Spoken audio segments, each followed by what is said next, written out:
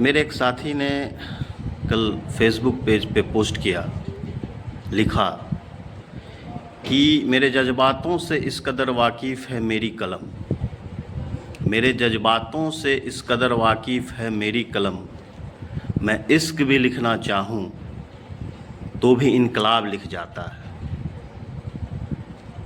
जी हाँ दोस्तों, मैं शरद कुमार,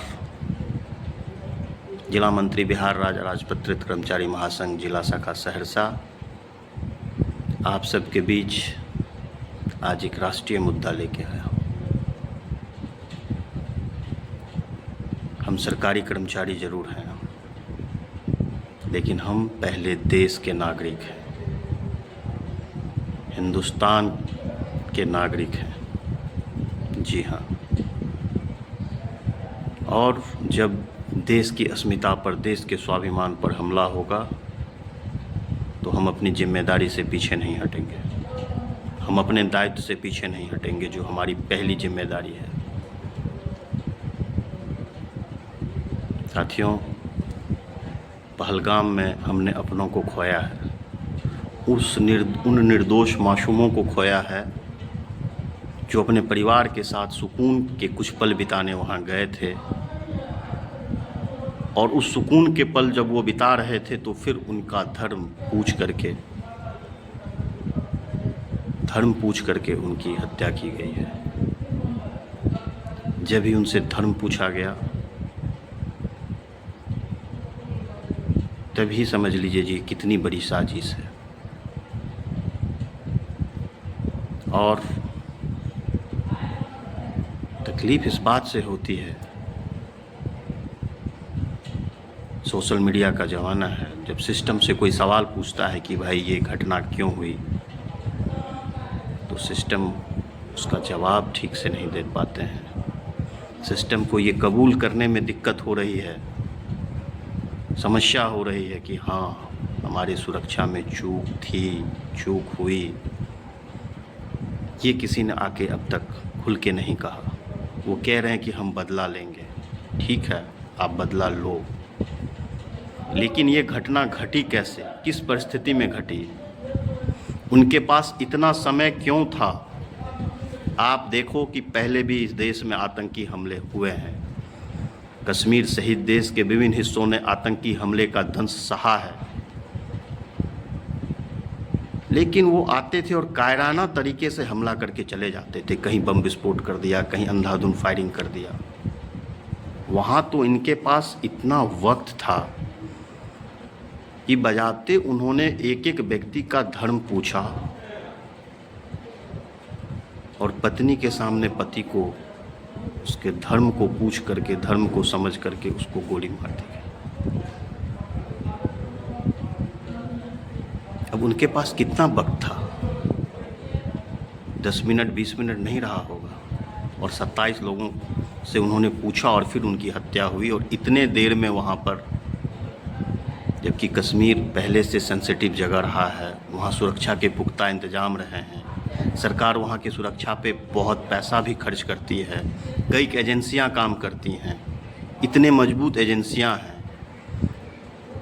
हम दावा भी करते हैं कि अब हम आतंकवाद से हमारा देश फ्री हो चुका है, उसके बाद इस तरह की घटना घटती है।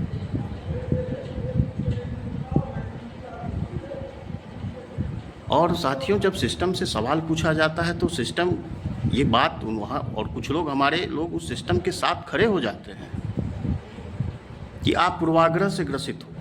भाई, घटना घटी है, हत्याएं हुई हैं, हमारे अपने मारे गए हैं। कल अगर वहाँ कश्मीर घूमना हर व्यक्ति का, हर हिंदुस्तानी का एक सपना होता है। हमारी भी योजना में कश्मीर घूमना हिस्सा था, हो सकता था, उसके शिकार हम भी हो सकते थे। तो साथियों, ऐसे विषय पर हम लोगों को बहुत गंभीर होना पड़ेगा, संवेदनशील होना पड़ेगा, सोचना पड़ेगा। हम एक दूसरे पर आरोप लगा रहे हैं, एक दूसरे से लड़ने के लिए भिड़ गए हैं।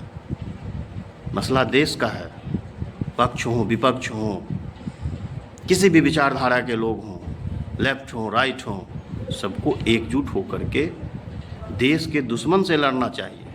देश से दुश्मन से लड़िए, भले ही उनकी मजहब कोई हो। आप लोग खुद ही कहते हो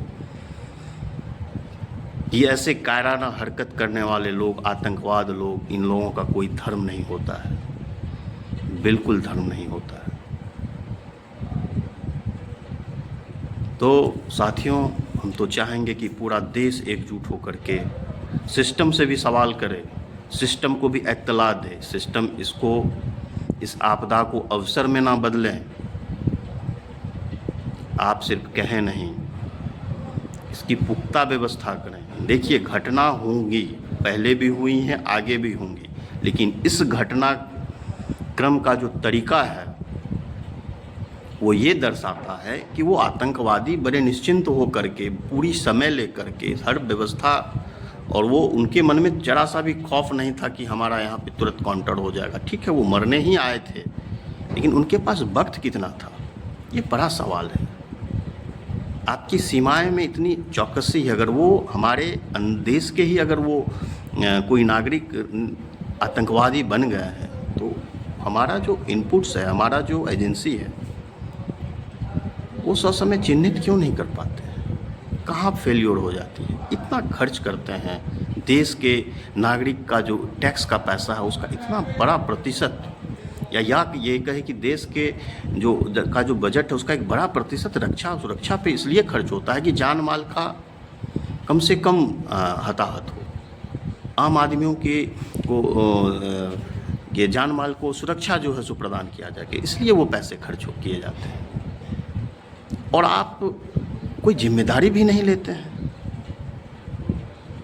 देश में अब ऐसे नहीं चलेगा। आप इस आपदा को अवसर में बदलते हैं। आप विभिन्न मीडिया हाउस के माध्यम से, सोशल मीडिया के माध्यम से इस बात को और देश के अंदर के लोगों पे ही सवाल उठाते हैं।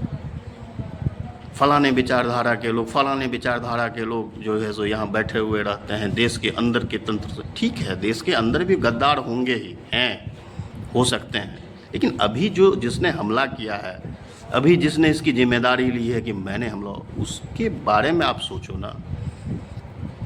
उसके लिए आपके पास फिर पूरा साल बचा। आप जो भी स्लीपर सेल्स हैं उसको आप धीरे धीरे सफाया करो, उसको खात्मा करो, उसको हटाओ।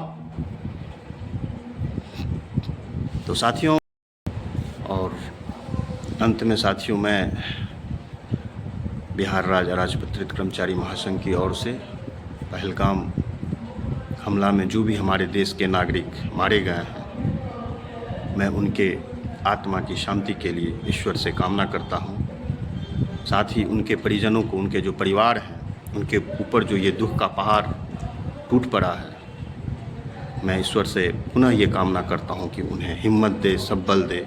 पूरा देश आपके साथ है। धन्यवाद।